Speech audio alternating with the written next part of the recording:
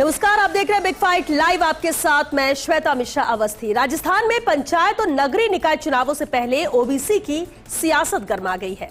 राज्य ओबीसी आयोग की रिपोर्ट पर जातियों की राजनीतिक, सामाजिक और आर्थिक स्थिति को लेकर नई बहस छिड़ी है। रिपोर्ट में 92 ओबीसी जातियों का आकलन किया गया, लेकिन दावा है कि महज 11 जातियों की राजनीति में मजबूत भागीदारी रही है, जबकि कई जातियां अब भी प्रतिनिधित्व की दौड़ में पीछे हैं। ऐसे में रिपोर्ट में राजनीतिक प्रतिनिधित्व के साथ सामाजिक और आर्थिक पिछड़ेपन को भी आधार बनाया गया है, ताकि सियासत और सत्ता में अंतिम पायदान पर खड़ी जातियों को भी हिस्सेदारी मिले। वहीं कांग्रेस ने ओबीसी रिपोर्ट को लेकर सरकार पर सवाल उठाए हैं। गोविंद सिंह डोटासरा का आरोप है कि जिस रिपोर्ट को 3 महीने में आ जाना चाहिए था, उसे तैयार करने में करीब 1.5 साल लगा दिया गया। और अब रिपोर्ट के आंकड़ों को लेकर भी सवाल उठ रहे हैं। तो क्या ओबीसी आयोग की रिपोर्ट सामाजिक न्याय का नया रोड मैप है, या विपक्ष ने सियासत का केंद्र बिंदु बना लिया है? आज बात इसी खास मुद्दे पर।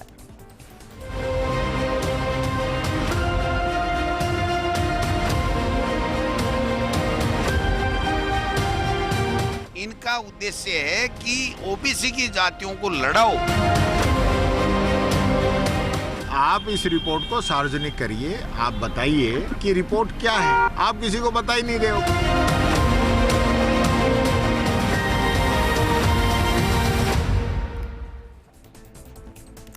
और चलिए, इस बेहद खास मुद्दे पर चर्चा के लिए खास मेहमान हमारे साथ जुड़ चुके। सबसे पहले उनसे रूबरू करा देते हैं आपको। चर्चा में मौजूद है हमारे साथ विजय सिंह बैसला जी, गुर्जर नेता हैं। विजय जी, आपका बहुत स्वागत है।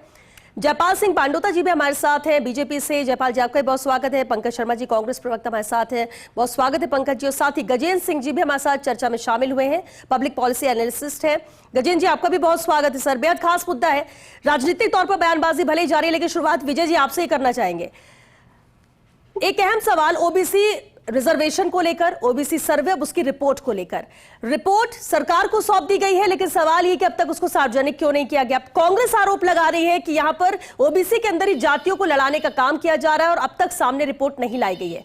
अभी जो मौजूदा स्थिति है विजय जी, से इस पर आप क्या देख रहे हैं, क्या स्टैंड करते हैं? और खासतौर से जो 3 से 4 खास जातियों की बात की जाती है कि इन्हीं का वर्चस्व है, तो क्या पिछड़ी जातियों के लिए भी अलग से कुछ होना चाहिए उन्हें मजबूती से आगे लाने के लिए? Shweta ji, can you hear me? जी जी सर। Am I audible? जी जी बिल्कुल। हाँ, ओके। आपने मुझसे स्टार्ट करा रहे हो तो इंटरेस्टिंग है। आप सबसे पहले तो it is good that a report has come. ये बहुत जरूरी है कि एक रिपोर्ट तो आई तो सही। अब इसमें जो पॉलिटिकल पार्टीज क्या कह रही है, क्या नहीं कह रही है, मैं उससे हट करके बात करना चाहूंगा। जी। जब हम किसी चीज का सर्वे करते हैं तो एक सैंपल साइज लेते हैं।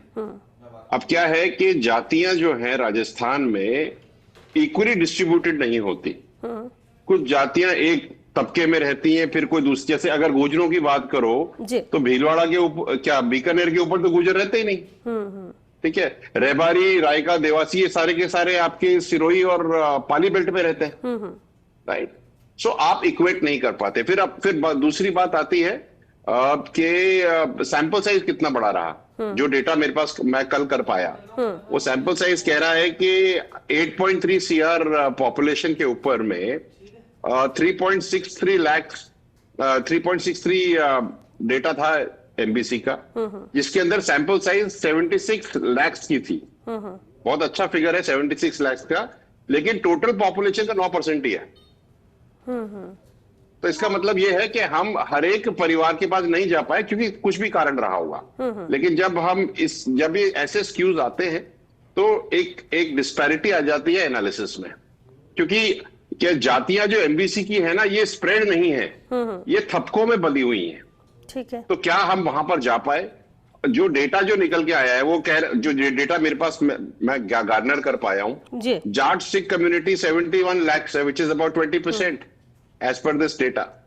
Gurjar 32 lakh, which is 9.1%. लेकिन हम तो वहां पर रहते ही नहीं है। तो हम ये सबसे इंपॉर्टेंट चीज तो ये कि अच्छा हुआ ये एनालिसिस हुई, लेकिन इसकी सैंपलिंग किस तरह से हुई है। अगर 10% सैंपलिंग के अंदर में हमको पता तो चले।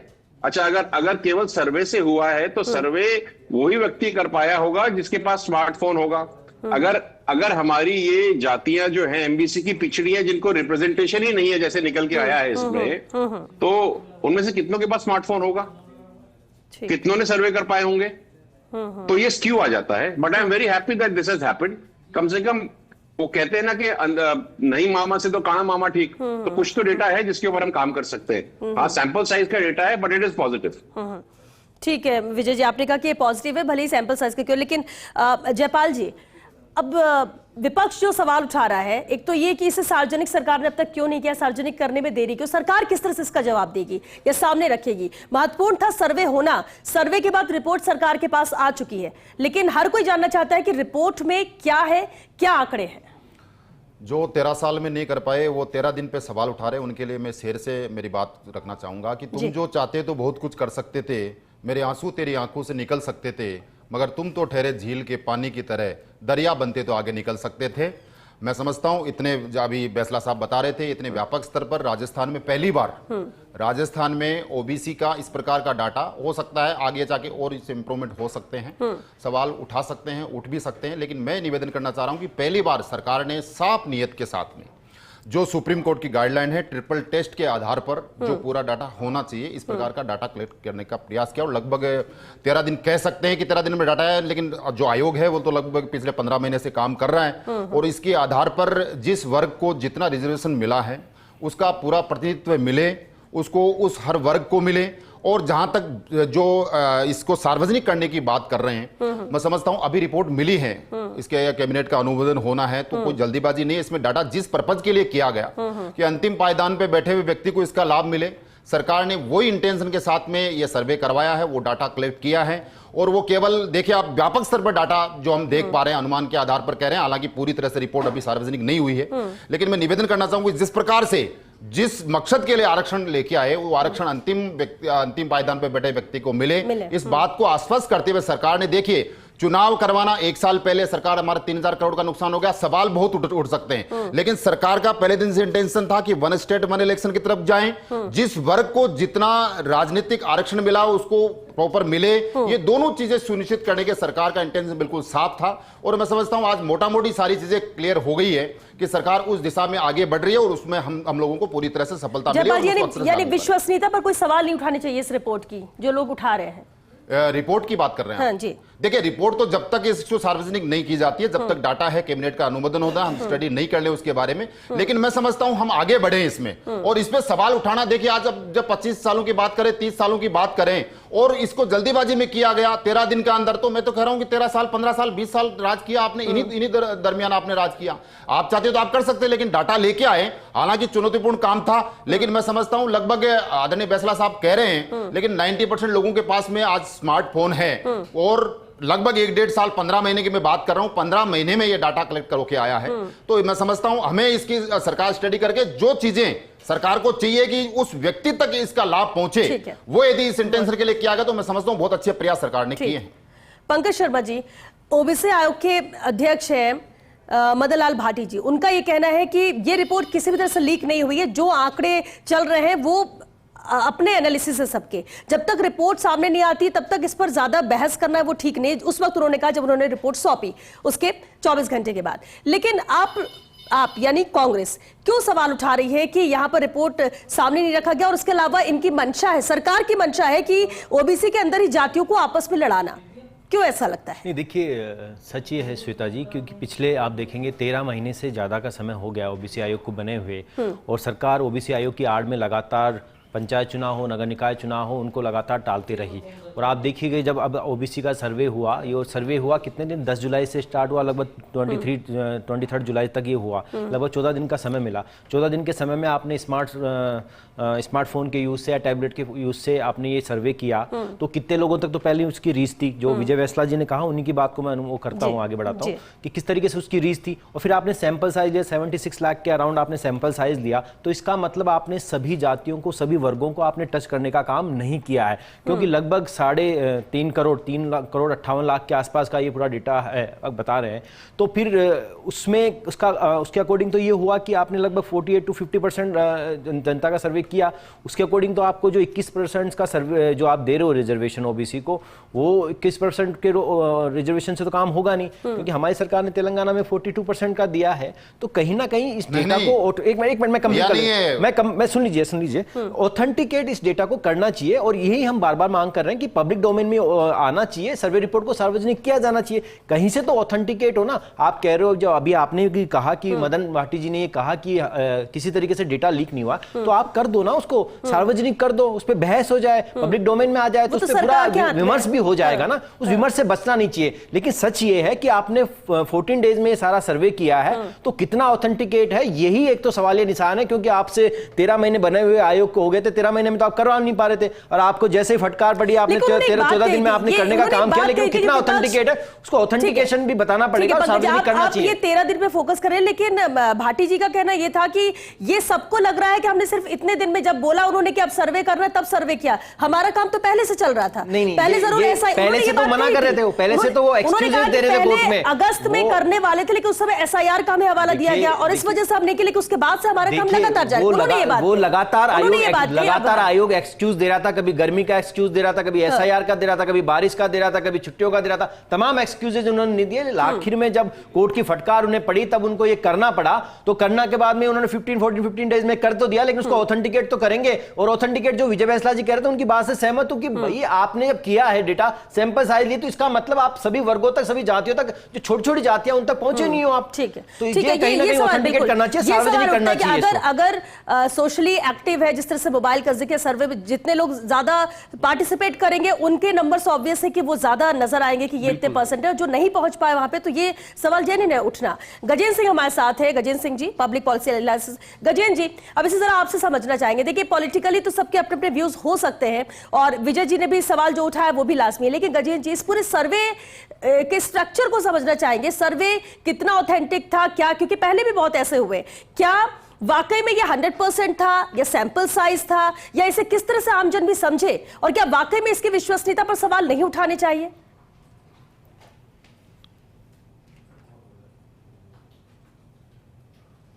Shweta, thank you. मुझे जो चीज लग रही है ना कि दो चीजें बड़ी महत्वपूर्ण है। जब हम लोग मेथोडोलॉजी की और एम्पेरिकल स्टडी की जब बात कर रहे हैं ना जी, तो ये सर्वविदित भी है कि जब भी कोई ओबीसी आयोग जैसी संस्था एम्पेरिकल स्टडी कर रही है, जिसे हम लोग सर्वे बोलते हैं, तो वो सरकार के कुछ नियम, कायदे और मापदंड का पालन करते हैं। हम लोग तेलंगाना की इन्होंने बड़ी अच्छी बात करी, तो तेलंगाना की अगर हम लोग सर्वे की बात करें तो तकरीबन वहां जो डेटा लिया गया है वो भी 8 से 9% के आसपास लिया गया है। उसी तरीके से अगर हम लोग बिहार की बात करें या कर्नाटका में जो सर्वे हुए हैं, तो वो भी तकरीबन उनका जो डेटा है वो 8 से 15% के आसपास जाता है। जब हम लोग किसी भी सर्वे के 10% रिप्रेजेंटेशन की बात करते हैं, तो मेरे ख्याल से बड़ा हैंडसम सर्वे होता है। जब हम लोग इवन दो जब पॉलिटिकल सर्वे की जब बात करते हैं, तो उनका तो फिगर तकरीबन 1% से भी कम रहता है। दूसरी जो मुझे जो बड़ी महत्वपूर्ण चीज लग रही है ना, कि मुद्दा ये नहीं है कि इस पे पॉलिटिक्स हो रही है, मुद्दा ये है कि जब हम लोग आर्टिकल 16(4) की, आर्टिकल 15 और 15(1) की बात कर रहे हैं, तो मुझे लगता है कि शायद ये बड़ा चैलेंजिंग उन समाज के लिए होगा। क्या वो ये दावा कर सकते हैं कि वो इस रिजर्वेशन के बेनिफिट को छोड़ने के लिए तैयार बैठे हैं कि नहीं बैठे?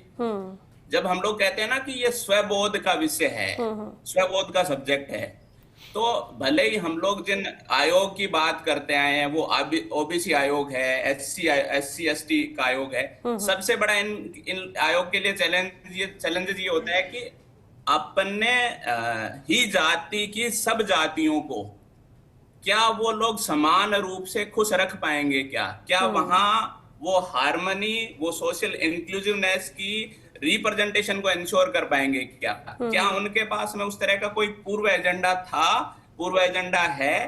तो मेरे ख्याल से महत्वपूर्ण ये होगा कि इस आयोग की रिपोर्ट के आधार पर क्या जातियां स्वविवेक से ये निर्णय लेगी कि हमारा पॉलिटिकल रिप्रेजेंटेशन जो है वो ओवर रिप्रेजेंटेशन है, और हम लोग स्वेच्छा से इस रिप्रेजेंटेशन को छोड़ने के लिए तैयार बैठे हैं। लेकिन गजेंद्र जी, ये मुमकिन तो नहीं लगता, लेकिन इसका जवाब मैं जरूर आपसे लेना चाहूंगी। सर विजय जी, ये गजेंद्र जी जो बात कह रहे हैं ना जी, तो बड़ी इंटरेस्टिंग है। क्या है कि लोग ऐसे तो छोड़ते नहीं है। अगर ऐसे ही हो जाता तो टीएसपी में ओबीसी को आरक्षण मिल जाता ना। आज की डेट में पूरे टीएसपी क्षेत्र में जो 21 विधानसभाएं लगती हैं, वहां पर सारी की जो प्रमुख पोस्ट हैं जिला प्रमुख, प्रधान, सरपंच, जो सारी की सारी एसटी को रिजर्व है, बशर्ते, ऑन रिकॉर्ड मैं ये बात कहना चाहता हूं, बशर्ते अगर उस गांव में कोई एसटी का व्यक्ति नहीं भी रहता होगा ना, तो भी बाहर से लाकर के उसको सरपंच बनाया जाता है। तो डिस्पैरिटी बहुत स्ट्रांग है। ठीक है, हम एक मापदंड से सबको नहीं जोड़ सकते। रंजन जी, एक बात मानना है, लेट मी कंप्लीट। ठीक है, आपकी बात अपनी जगह सही है, मैं अप्रिशिएट करता हूं उस बात को। ठीक है, लेकिन क्या है ना, कोई भी अपनी थाली से रोटी किसी और को देने में थोड़ा सा हिचकिचाता है अगर उसको बहुत दिनों तक रोटी नहीं मिली हो। तो पहली चीज ये बात समझिए। ठीक है, दूसरी चीज ये है कि it is very difficult to get it. Inclusivity is important. इस पूरे स्ट्रक्चर में जो निकल के आया है कि मेरे को जो बात करनी थी सैंपल साइज की, वो मैंने कर ली, खत्म हो गई बात। उसमें बात एक जरूर कहूंगा मैं कि अगर आप 10% पॉपुलेशन ही लेते हो ना, तो राजस्थान जैसे स्टेट में जातियां ज्योग्राफिकल स्क्यू में रहती हैं। आपने स्टैंडर्ड डिविएशन क्या लिया इसके अंदर में, नॉर्मलाइजेशन क्या लिया, ये सारी चीजें तो जब डेटा बताया जाएगा तो समझ में आ जाएगा सर। अभी तो हम गेस वर्क कर रहे हैं। लेकिन जो मूल ओबीसी की जो जातियां हैं, उनको रिप्रेजेंटेशन कब मिलेगा? मूल ओबीसी कहां है? आप मुझे बताओ, एक छोटा सा एग्जांपल दे देता हूं। आप पाल, धनगर, आपने कभी इतने सालों में राजस्थान में इनका कोई एमएलए देखा? पिछले 3 साल पहले एक पहला पार्षद बना था गडरियों का, वो भी मनोनीत। So that is the level of disparity which we are talking about. आप सबको खुश नहीं कर सकते, लेकिन अगर हम अधिकांश लोगों को खुश कर लें तो ये बहुत बड़ी बात है। और मैं इस डेटा से थोड़ा सा स्क्यूड रहता हूं, क्योंकि हमारी जनसंख्या 35 लाख नहीं है, गुजरों की ज्यादा है। लेकिन फिर भी ठीक है, डेटा आ गया तो हम इसमें जी लेंगे, लेकिन है इतनी नहीं, इससे ज्यादा है, कहीं ज्यादा है। ठीक है, गजेंद्र जी कुछ कमेंट कर रहे थे आप उस वक्त।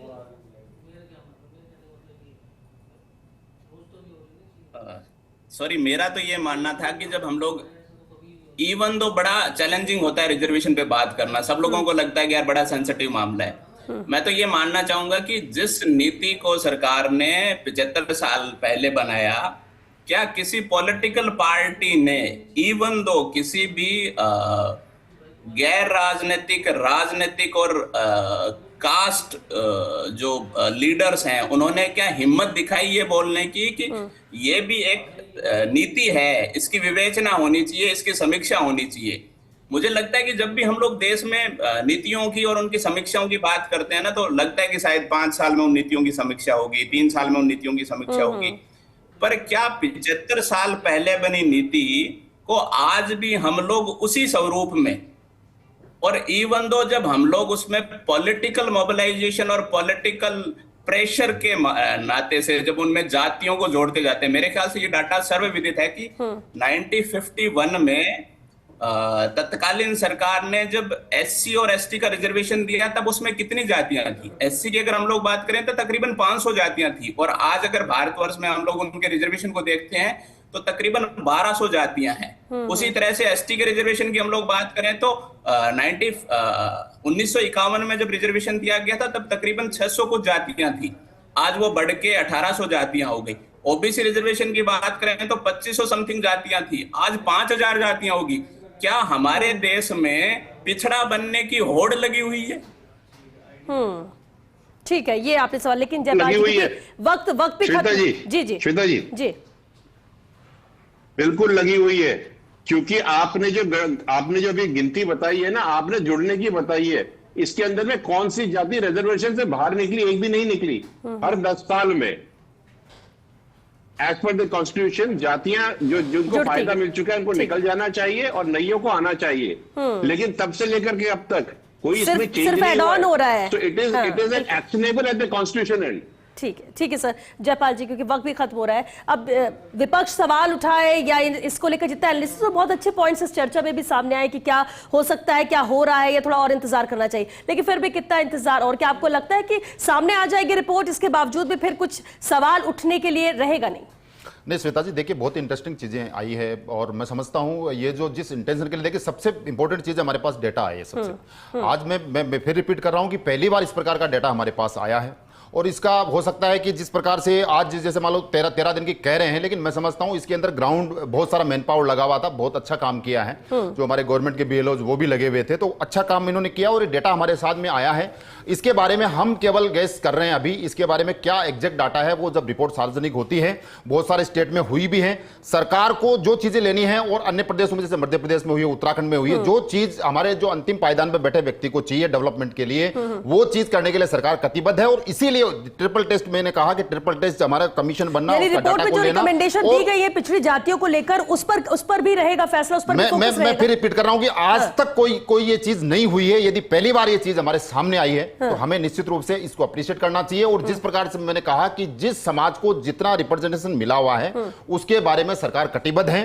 लोग निश्चित रूप से जो रिजर्वेशन जो मिला हुआ है उसका सबको फायदा मिले। सरकार का ये एक साल, जो मैं समझता हूं एक साल राजस्थान में जो चुनाव डिले हुए हैं उसके प्रति आप देखिए, आज हम वन स्टेट वन इलेक्शन, हमारा कितना पैसा डेवलपमेंट, बार आचार संहिता, अनेकों सवाल उठाए, लेकिन आज हम कटिबद्ध है और वो हम करके दिखा रहे हैं। दोनों चीजें हमारे सामने। लेकिन क्या आपको लगता है कि चुनावी आरक्षण का ही नया गणित होगा ये जो सर्वे के बाद जो रिपोर्ट है और उसके आधार पर, क्योंकि इस रिपोर्ट को कहा जा रहा है सिर्फ इस चुनाव के लिए ही है, ये सर्वे सिर्फ इस चुनाव के लिए ही नहीं, देखिए ये तो सच है कि ये केवल चुनाव को रोकने के लिए जब इस आयोग का पिछले 13 महीने से एक्सक्यूज ले रहे थे, बहाना बना रहे थे, तो कहीं ना कहीं इस चुनाव से रिलेटेड ये है। लेकिन ये मैं फिर से ये दोहरा देना चाहता हूँ कि जो अभी विजय बैंसला जी ने भी कहा कि किस तरीके से नॉर्मलाइज होगा, क्या प्रॉपर डेटा लिया है, किस तरीके का, तो पूरी सारी चीजें सार्वजनिक डोमेन में आनी चाहिए, पब्लिक करना चाहिए उस रिपोर्ट को। तो पूरी तरीके से वो सभी राजनीतिक दलों को भी पता, सरकार को तो पता ही है, लेकिन राजनीतिक दलों को भी पता लगे किस हिसाब से किसकी कितनी हिस्सेदारी है, कितनी भागीदारी उसको है, तो तमाम लोग उसके लिए बात कर पाए। मुझे लगता है कि इसे विमर्श होना चाहिए और ये सार्वजनिक होनी चाहिए रिपोर्ट, क्योंकि अभी तक ये सार्वजनिक नहीं है तो ऑथेंटिकेट भी पूरी तरीके से है नहीं कि कितना प्रॉपर डेटा है, कितना नहीं है, तो सार्वजनिक करना चाहिए इसको। लेकिन पंकज, जल्द सार्वजनिक कर भी देगी अगर सरकार, तो उसके बाद तो फिर पूरी प्रक्रिया वैसे शुरू हो जानी है। तो इस पे क्या, अगर बाय द वे नहीं सहमत होती है, कुछ ऑब्जेक्शनेबल लगता है, तो आपको लगता है कि उसका कोई स्कोप है, या फिर सिर्फ अपनी जानकारी के लिए सब चाहते हैं कि सार्वजनिक हो? देखिए, जानकारी सबको सार्वजनिक होनी चाहिए, जानकारी मिलनी चाहिए, राजनीतिक दलों को भी मिलनी चाहिए, नेताओं को भी मिलनी चाहिए, सबको मिलनी चाहिए, जिससे क्या होगा कि अब चुनाव का वक्त है, सबकी हिस्सेदारी के हिसाब से उनको भागीदारी भी मिल सकती है, उसको और एम्फेसाइज किया जा सकता है। तो मुझे लगता है कि कहीं ना कहीं, और बेटर तो ये होगा कि जब सार्वजनिक तौर पर आ जाएगी तो जो ऑथेंटिकेट नहीं हो पा रहा, हम बार में इस चीज को कह रहे हैं कि आपने किस तरीके से सैंपल साइज, क्योंकि 76 लाख के अराउंड आपने सैंपल साइज लिए, तो हो सकता है बहुत सारे लोग छूट गए हो, तो वो भी इससे रिपोर्ट से पता चल जाएगा, सार्वजनिक डोमेन में आ जाएगा ना कि ये कितने लोग छूटे हैं, कौन कौन सी जातियों को ज्यादा ले लिया गया है, वो सारी तमाम बातें सार्वजनिक डोमेन में आ जानी चाहिए। ठीक है विजय जी, वक्त पर फाइनल कमेंट चाहेंगे sir. Vijay ji, last final comment जी, ज्यादा कुछ बोलने की जरूरत नहीं। आपके स्क्रीन पे जितने लोग दिख रहे हैं इसमें से ओबीसी का परसेंटेज 20% है मैडम। पंकज शर्मा जी, जयपाल जी और गजेंद्र जी और आप सब मिला लीजिए और एक ओबीसी का आदमी मैं 20% हूं मैं। यहीं से समझ में आ जाता है डिस्पैरिटी किधर है। सर ये तो कोइंसिडेंस भी हो सकता है ना। आप डिबेट के एग्जांपल, बिकॉज़ नहीं, fact of the matter is when you are talking OBC then let's talk OBC. I have more people on the OBC platform कि उनके दिल की आवाज तो निकले। भाई जिसके पैर ना फटी बिवाई वो क्या जाने पीर पर आई। ये भी सही है। गजेंद्र जी, फाइनल कमेंट जी। श्वेता जी, मैं तो मेरे ख्याल से जितने भी पॉलिटिकल लीडर और राजनीतिक पार्टियां बैठी है ना, उनसे तो अपील करना चाहूंगा कि 1994 की ओबीसी की जो सूची है, सच में एक बार दिल से उस सूची को देख लें और उसमें ये देख पाए कि क्या उन जातियों में से, मैं थोड़े से नाम लेना चाहूंगा, लोहार, कनबी, गडरिया, गांची, तेली, दर्जी, वास्तव में इन जातियों का कहीं भी, मैं तो पॉलिटिकल रिप्रेजेंटेशन की तो बहुत दूर की बात करता हूं, इवन दो क्या सरकारी नौकरियों में भी उनके रिप्रेजेंटेशन है क्या?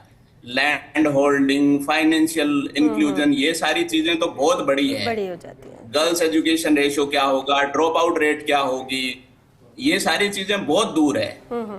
इवन दो सरकारी स्कीम में उनके बेनिफिशरीज, नंबर ऑफ बेनिफिशरीज कितने हैं, ये तो बड़ी दूर की बात है। मैं तो सिर्फ ये पॉलिटिकल पार्टी से अपील करना चाहूंगा कि सच में अगर वो भले ही किसी भी पार्टी के लोग हो जो विवाद कर रहे हैं या जो विवादों को सुलझाना चाह रहे हैं, क्या वो इन जातियों के किसी भी व्यक्ति को टिकट देने की हिम्मत कर पाएंगे? इस पर एक कमेंट पंकज जी। तभी मुझे लगता है देखिए, इसीलिए हम बार बार में कह रहे हैं और आज हमारे प्रदेश अध्यक्ष ने भी कहा है कि जब तक सार्वजनिक नहीं होगी रिपोर्ट तो पता ही नहीं चल पाएगा ना कि किसकी कितनी हिस्सेदारी, कितनी भागीदारी। तो अगर रिपोर्ट आ जाएगी सार्वजनिक पटल पे तो मुझे लगता है कि वो डिसीजन लेने के लिए बहुत अच्छा एक तरीका होगा। चलिए एक कमेंट जयपाल जी। श्वेता जी, मैं निवेदन इतना करना चाह रहा हूं कि साफ नियत के साथ में आप तेलंगाना की बात कर रहे थे, तेलंगाना में आप लेके आए, आप 21 से 42% लेके आए, बाद में सुप्रीम कोर्ट की रोक लगी। आप कर्नाटका में लेके आए 52%, सुप्रीम कोर्ट की रोक लगी। तो साफ नियत के साथ काम करो, इंटेंशन साफ होना चाहिए। जैसे आज ये रिपोर्ट लेके आए हैं, ओबीसी कमीशन का रिपोर्ट, हमारे पास राजस्थान का डाटा आया है और मैं समझता हूं सरकार ये सुनिश्चित करेगी कि जो जिनका रिप्रेजेंटेशन है उनको प्रॉपर उतना मिले। इस बार को सरकार सुनिश्चित। ठीक है, क्योंकि वक्त में विजय जी कुछ कहना चाह रहे सर। हाँ, लास्ट पॉइंट मैडम जी। दोनों पॉलिटिकल पार्टीज के लिए मेरा एक स्टेटमेंट है कि मूल ओबीसी को रिप्रेजेंटेशन देने के लिए डेटा की जरूरत नहीं होती, मन से देनी चाहिए। इतने सालों से हमने क्यों नहीं दिया, ये प्रश्न हमारे ऊपर है। डेटा का क्यों वेट कर रहे हैं हम? और मैं गजेंद्र जी की बात से बिल्कुल 101% इत्तेफाक रखता हूं। गडरिये, गाडरी, आपके लोहार, जितने भी अपने रोड साइड के बगल में जो अपने लोहार बैठे रहते हैं, उनकी केवल हम फोटो खींचते हैं। कभी उनसे जाकर के पूछा कि मैं एक इंटरेस्टिंग चीज और बताना चाहूंगा विजय जी, सॉरी, मैं आप मेरे से सीनियर हैं। नहीं बोलिए। मतलब बड़ा कहना आसान होगा और मुश्किल भी होगा कि जब हम लोग डिस्पैरिटी की बात करते हैं और आंकड़ों की बात करते हैं, क्या मैंने कभी मेरी, जैसे दो छोटे से नाम लूंगा मैं, प्रजापति और कुम्हार, एक ही वर्ग की दोनों जातियां हैं, दोनों में रिश्ते नहीं होते, दोनों एक दूसरे घर का पानी नहीं पीते। कितनी बड़ी विडंबना है। और हम लोग ओबीसी आयोग का गठन सिर्फ इसीलिए कर रहे हैं कि वहां राजनीति हो, उनके आंकड़ों को हम लोग देश को तोड़ने के लिए, जिसे हम लोग शत्रुबोध बोल रहे हैं ना, उसके लिए हम लोग उसका उपयोग करें। मेरा तो ये मानना है कि इन आयोगों की भूमिका तब सुनिश्चित होगी तब ये आयोग अपने अंदर की जातियों में जाके झांकेंगे और उनमें विवाह शादी, उनमें रिश्ते नाते, इस तरह की प्रथाएं अगर इन लोगों ने जिस दिन करानी शुरू कर दी ना, मेरे ख्याल से संविधान के मूल उद्देश्य की कामना उसी दिन पूर्ण हो जाएगी। श्वेता जी, चलिए ठीक है सर, बहुत शुक्रिया आप सभी के इस चर्चा में शामिल होने के लिए।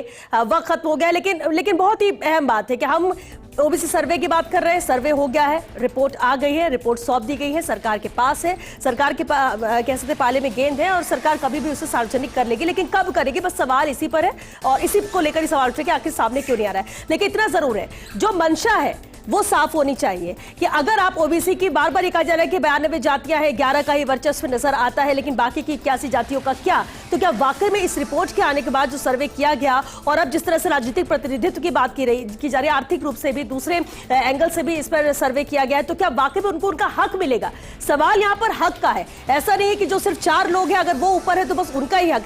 वो खुद ओबीसी के अंदर ही जब इतनी जाति है तो अपने साथ के लोगों को क्या वाकई में वो भी आगे बढ़ाने के लिए आगे आएंगे? और राजनीतिक तौर पर जो अभी उनके हक की बात कर रहे हैं, क्या वाकई में जब उनके हाथ में पावर होगा, जब उनके हाथ में टिकट देने की बारी आएगी, तो क्या उन लोगों को भी पीछे से वो आगे की पंक्ति में लाके खड़ा करेंगे कि आप भी चुनाव लड़िए, आप भी प्रतिनिधित्व करिए? और एक अलग समाज की हम जो बात कर रहे हैं कि सबको एक साथ लेकर आना, आगे लाना है, तो क्या उस पर कदम आगे बढ़ाते हैं या सिर्फ ये चुनावी गणित के लिए ही ये पूरा खेल या पूरा सर्वे, ये रिपोर्ट रहेगी? आने वाला वक्त बहुत कुछ जवाब देगा। चलिए इसी के साथ दीजिए इजाजत, नमस्कार।